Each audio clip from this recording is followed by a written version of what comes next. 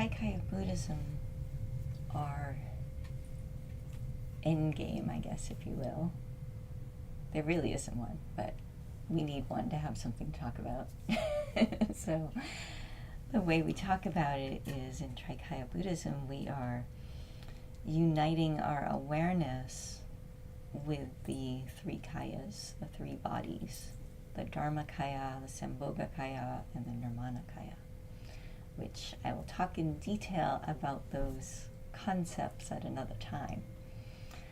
What I want to talk about today is how to build a meditation practice, because that is the foundation for this grand adventure that we are on in the exploration of awareness. It's in the silence of meditation that we unite our awareness with the Dharma kaya, the clear light of reality that is beyond all conceptions. So if you can think about it and describe it and put it in a box, that's not the Dharma kaya. You can talk around it, like we can say the clear light of reality, but what does that really mean? You'll know it when you experience it, which you can, and we all do, in the silence of meditation. But most people, especially in this world where everything's churning and moving and swirling about, there is too much noise. There's too much going on where we're grabbing and reaching at different ideas and concepts and self-identifications. So we're simply not aware of this vast light that is us. So in meditation, we first learn how to focus. That's the very first step, is discovering how to concentrate. Because most people, as I said, we're busy. There's so much to look at. There's so much to feel. There's so much to taste and listen to and experience. There's this whole massive adventure going on around us. And sometimes it's pleasant. Sometimes it's painful.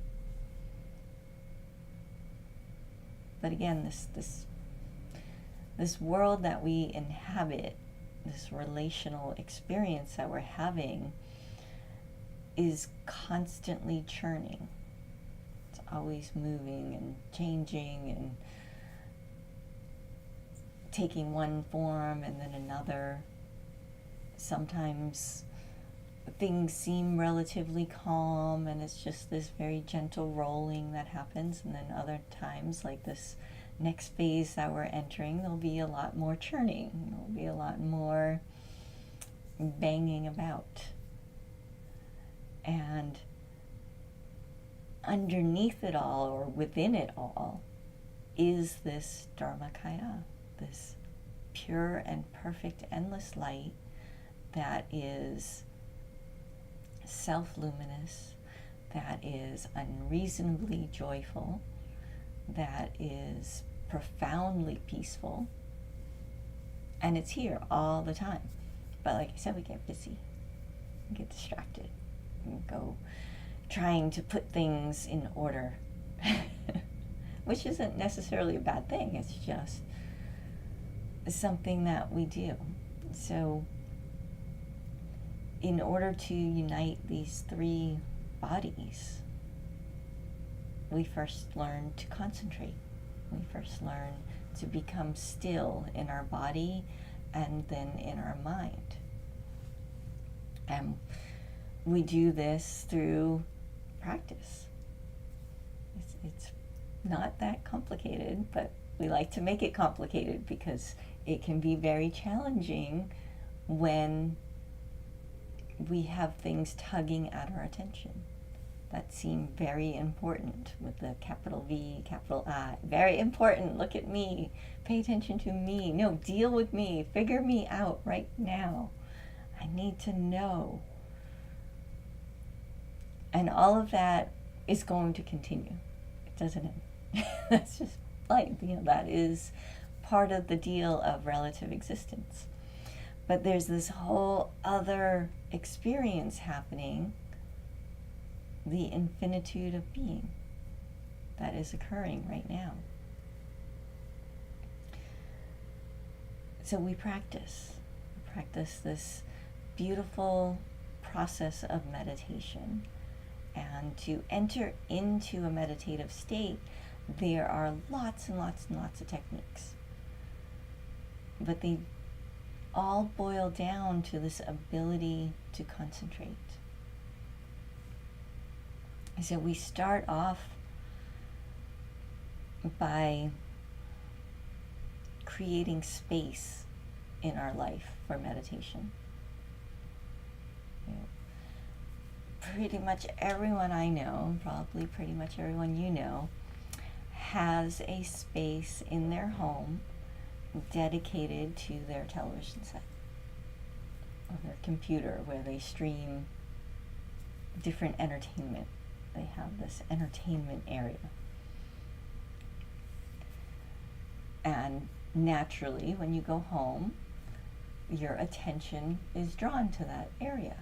Like, even if you're really tired and you're like, okay, maybe I should just go to bed. You're like, all right, well, maybe I'll just sit for a little while and watch something or play a video game or cruise on social media for just a little while on my couch. That's because you've created space for that. And that in itself isn't a bad thing. We all need a way to unwind. We all need entertainment. That's part of the human experience. If you want to build a meditation practice, then you'll need to also build a space for it in your home. It doesn't have to be complicated, but it works better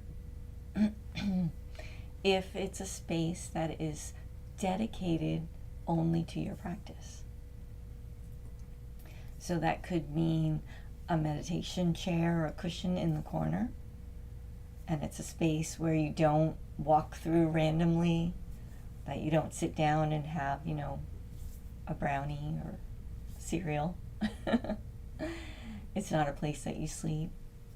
It's a place that you use just for meditation. And so if you're brand new to the practice, what I often recommend is looking around your home for the dusty corner, for the little area that you don't use very often because you're not using it. Perfect. There's not a lot of impressions in that space. And then move the furniture around, create room enough for you to sit, room enough to bow. Don't have to have 20 feet around you, although that can be nice. I've seen people with really nice meditation rooms, so just fully decorated. But it can be very, very simple. It doesn't need to be complex. If there's space, having a little table where you can put some flowers or crystals or whatever makes your heart happy on that table is nice. And you clean that space. So you get out the vacuum, you get out the mop, whatever you need to do, wash it, make it very clean. If you can afford to, buy a new cushion or a new chair with the intent to use it for meditation. And when you're selecting your seating, you want to make it comfortable. Because if it's uncomfortable, you're not going to sit. Your body's going to be like, oh, this is torture. My back hurts. My legs are falling asleep. I don't have enough support. So there might be some experimentation for a while. You might have to go through a few different types of chairs or a few different types of cushions. You might need some bolsters. You might need some back support. Allow yourself time to play, to find a position and the materials that you need to support your body so you can be in an upright position. The straighter your back is, the easier it is to meditate. I don't know why that is. I could come up with some, interesting answers, but long time ago, some yogis, very expert meditators, figured out, there's some kind of channel in the back that runs along the spine, and if it's straight, the energy flows up very easily. But if you're crumpled forward, or if you're too leaned back, or if you're twisted to the side, it doesn't flow as nice. And then when you get into deeper meditations, if your body is not fully supported, and you enter into a deep silent meditation where the body physically starts to relax deeply, and you're off balance, maybe you're tilted a little forward, what's going to happen is you enter in total relaxation, and then boom, you fall over, and then now you're no longer in a meditative state because you're having to rescue your body. So the vertebrae are interesting that they're like little stones that stack all up on top of each other. So if you can get the right support where your vertebrae can just sit on top of each other, it doesn't take much muscle support. You're just using gravity itself. Like, you see those little stacked stones, the cairns on the trails. So you're making yourself a little cairn.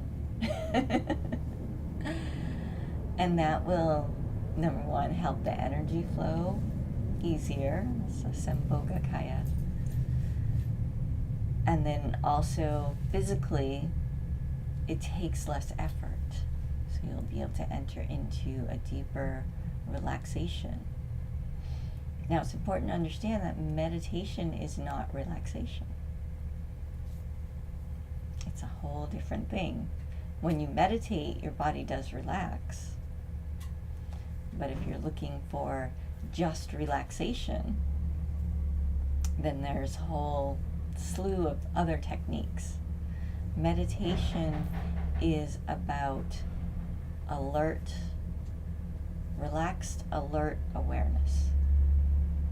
In other words, we're just becoming completely open to everything. Because as we learn to first focus and have our focal point and rest our attention on that focal point, there's a moment of letting go. And in that letting go, we open to everything that's happening without deciding, oh, I like this, I don't like that. Oh, there's the big noisy trash truck, I don't like that. Or, oh, there's the nice chirping of the birds, I like that. No, you're just opening to everything. So as we practice the technique, whichever technique that you're working with, and there are different ones that serve different purposes, but the one that we often teach here is the chakra meditation, where you're just going to focus on the chakra. The heart's a nice place to start if you're only going to do one chakra. The heart is a really nice place to rest. And you just allow your attention to sit in that space, and then we open to everything. Now, in preparation for meditation, as I said before, we're in this churning world. There's all these things pulling at our attention. And it's, look at me, no, deal with me, figure me out. And when you start to meditate, so finally you've got a little space to work with, so those things start to come in really hot and heavy and be like, oh, now I can finally think about this. So to help reduce that from happening, we can do some little preparations where even before we go to our meditation cushion, we wash our hands, wash our face, take a shower if you can, because that physically washes away much of what we carry with us. If you can't do that, you can do it energetically, where you just imagine all of the lines of the world coming into you and you're just going to cut them. You can use a samurai sword, just chop, chop. Or there used to be this tool, I think they outlawed it, but it looked like a slap chop. It was on one of those, QVC things. It's these blades that would just come down and chop things. So you can just imagine, this slap chop just coming, just cutting, and just creating this momentary separation from you and all the churning, from all the thoughts in your mind, all the issues that you have to deal with, all the people, even all the sensations that you're feeling. You just cut. And then there's this moment of emptiness, this moment of being completely free of everything.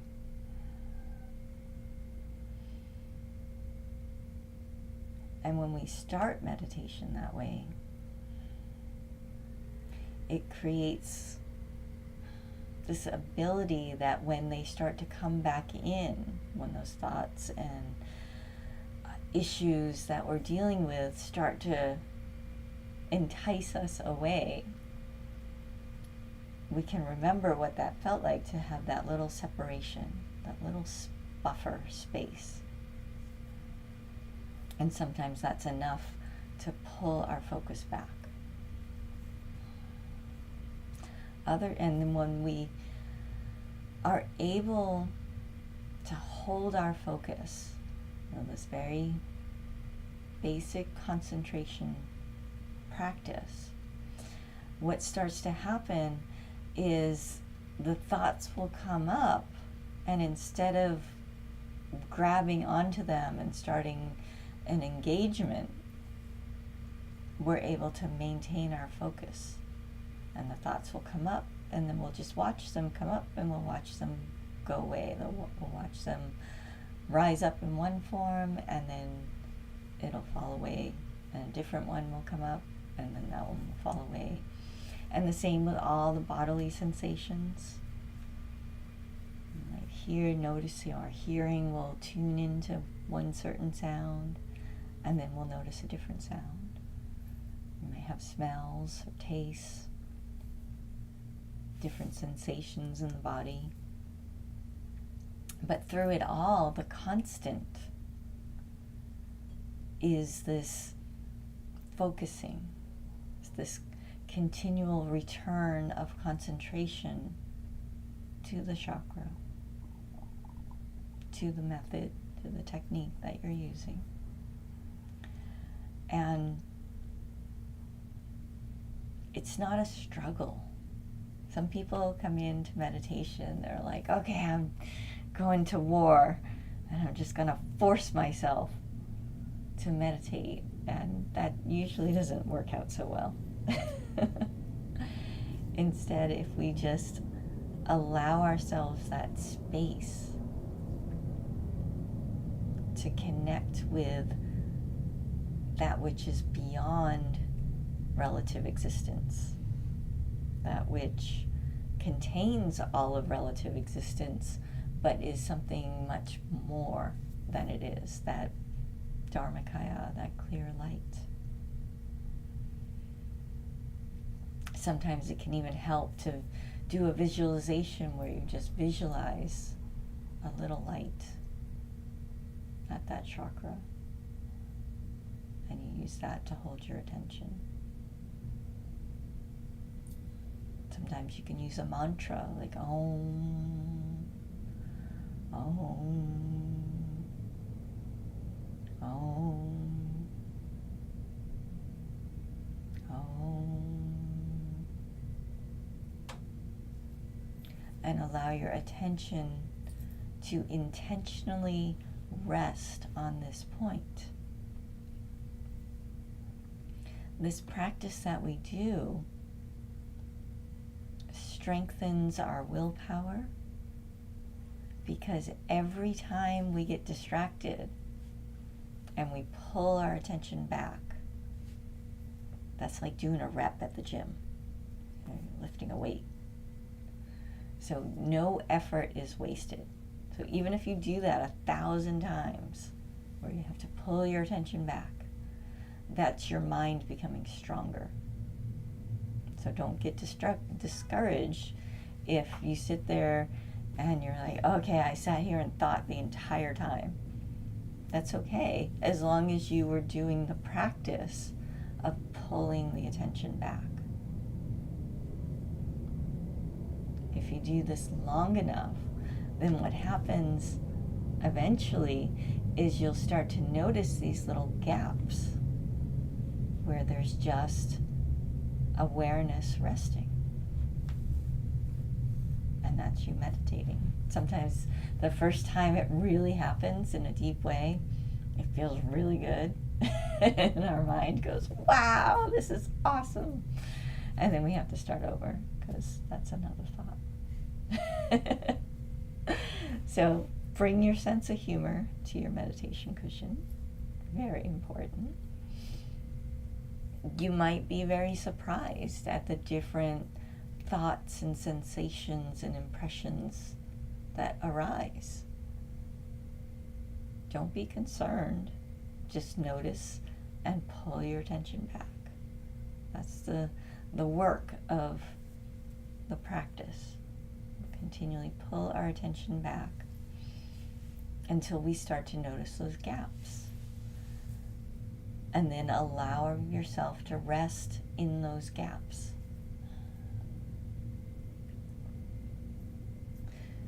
So to really build a meditation practice, obviously we have to do it. You can talk about it, you can read about it, you can study 1,000 different techniques. But until you actually do it, it's just concepts. It's just words.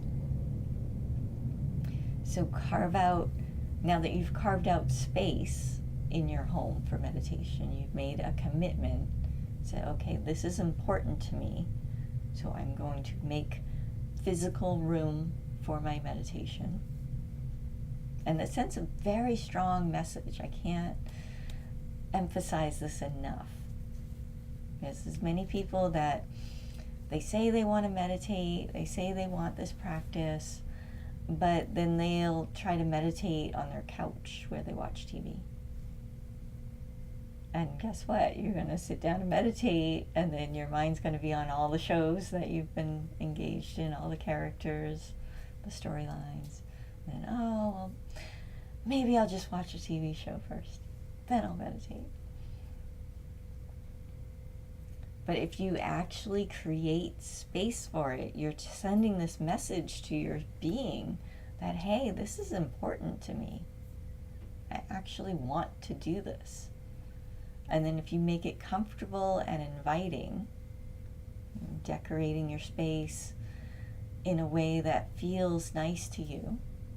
Now, I do want to say, don't put pictures of people in your meditation space. You might have somebody that you really care for deeply, but if you have their picture, then you're going to be connecting with them. The only exception is an enlightened being.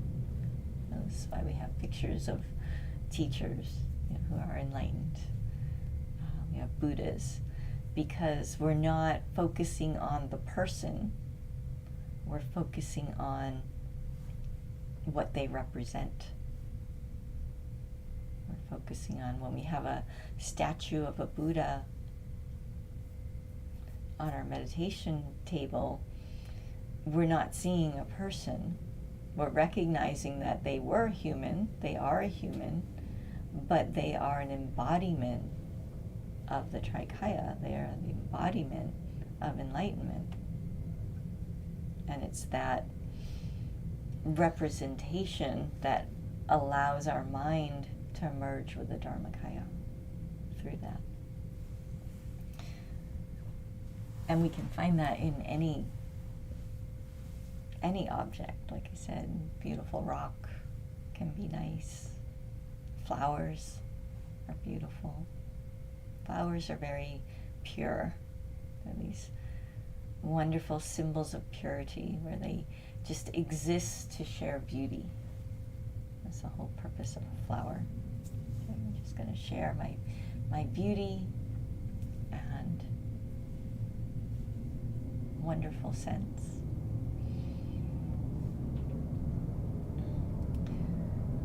So make this space inviting.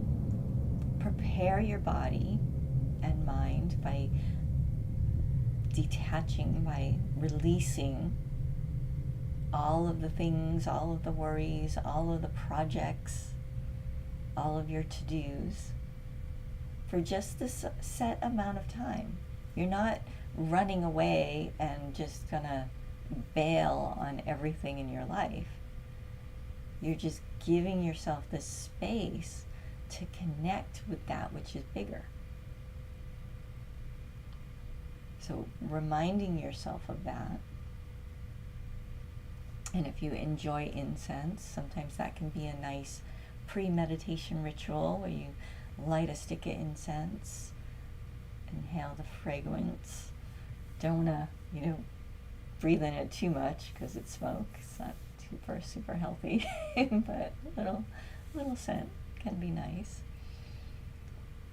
And these kinds of pre-meditation rituals, the washing, the cutting of the lines, the lighting of the incense, can all start to prepare your mind and body for this entry into the infinite. And then when you settle into that comfortable position, you tell yourself, okay, I'm going to sit for 5 minutes, 10 minutes, an hour, or if you're using music, I'm going to sit for 1 song, 3 songs, 10 songs, however long it is. So you have this agreement with yourself before you sit down, and then we sit for at least that amount of time. Now, once in a while, we might not have anything urgent, and we reach the end of our meditation, and it feels really nice. So if you want to, you can always sit longer. But don't sit less time than you agreed. Because there will be moments you're sitting on that meditation cushion and the struggle happens. The sense of futility, the agitation, the squirminess. It's like, oh, I don't want to be here anymore. I don't like this. This is uncomfortable. And that is the mind's way of rebelling. Because this magical thing happens when we sit in silence, when we enter into this vast Dharmakaya, is the structures, the energetic structures of self and the world that we have spent our entire lifetime building. The way that we actually see the world and we see ourselves. When we enter into the stillness and silence of meditation, those concepts literally start to melt. They start to loosen. And naturally, there'll be a part of our being that will rebel. That will say, wait a minute, no, this is how the world is, this is how I am, so nope, I need to maintain this view. This has to stay the way it is. Like, what's going on? Wait. And that sensation of those concepts melting feels a little different for everybody. Oftentimes we don't even notice what's happening. It's just this sense of being uncomfortable. The sense of there's a shifting happen and I don't like it. So that's why this time limit is so important, because it's this agreement that, okay, I'm going to let myself sit for this amount of time no matter what. How would you measure that time, unless, like, without getting, because you don't want to be concentrated on a clock, and without music? Oh, without music? Well, then you can use like a kitchen timer. Okay. Yeah. So anything, you can use anything to time things. Like sometimes I'll use my husband taking a shower. like I can hear the fan in the bathroom going. It's like, oh, okay, it stopped. It's like, all right, now I'm done. So whatever you know is going to end at a certain time, you can use that. But kitchen timers are great because you can buy a portable one. Just set it for whatever. And your phone usually has a timer too. Yep. The phone. There's even fancy ones like Insight Timer, I think. There's apps. I think somebody had one that had a bell, a little timer app. So anything that works. But after you sit for the same amount of time every day, your body starts to know. Like if you sit for 20 minutes every day for 3 weeks, your body will start to know that, it's been 20 minutes. But it's always better, especially in the beginning, to actually use a timer. Because like you said, otherwise you're going to be like, oh, is it time yet? Nope, 5 more minutes. Oh, 2 more minutes. Oh, 1 more minute. So use the timer as a tool. And sitting in the morning is awesome, especially before you start your day.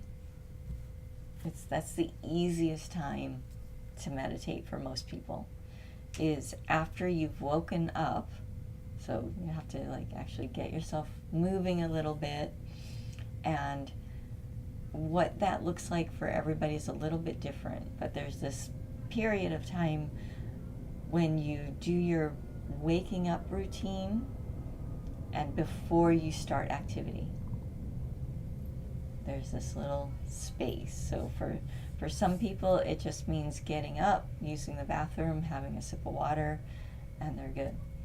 Other people, they need to do some exercise and take a shower or have some coffee, and then they're good. So play with that spacing in your morning routine. So if you've already started thinking about all the things that you need to do for the day, then you want to meditate before you get to that point. Like, I have a lot of ideas in the shower, so for me it's better to meditate before I get in the shower, because otherwise I get creative and I start having ideas. So instead, I'll just wash up a little bit, have some water, and then sit. But everybody's different. Some people, there was a time in my life when I needed that cup of coffee before I could sit. I needed that shower before I could sit. That was when I was getting up at 5 a.m. So everybody's different. Everybody has a different schedule. But find that space. Like I said, you're all the way awake, but before you've actually started your day. So before you start emailing people, before you even look at text messages and emails, give yourself this time to meditate. Then in the evening, if you can meditate a second time, it creates this wonderful continuation. Because we meditate in the morning, we connect with that deepest part of being, Dharmakaya, that clear light. We connect with that. And then we get up from our cushion, we get involved in our day, we practice mindfulness to the best of our ability. So our energy levels have gone way up from the meditation. And then we start to interact with the world. We do our mindfulness as best we can, but usually our energy and our focus starts to decline throughout the day. And then if we can do a second meditation in the late afternoon, sunset is perfect, but not everybody can do sunset.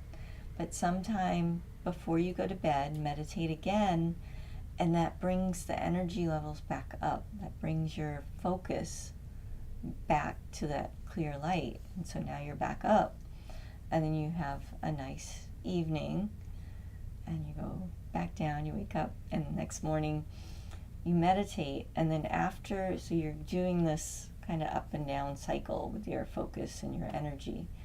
But over time, that baseline where you're starting off every morning starts to go up a little bit. So you're starting from a higher point, and you're able to maintain focus longer and longer. So that's why twice a day is better, because then it increases that baseline exponentially faster. But at least once a day, if you want to build a meditation practice, figure out where that time is that you can dedicate yourself to that practice every day. And that will help you build this beautiful meditation practice that allows you access to the Dharmakaya that is ever present. And I want to make that clear, that meditation is happening all the time. It's just we're too busy to notice. So we need these periods of time where we just simply sit and experience everything all at once without trying to differentiate and figure out anything. We just allow ourselves to completely open to the totality of our being.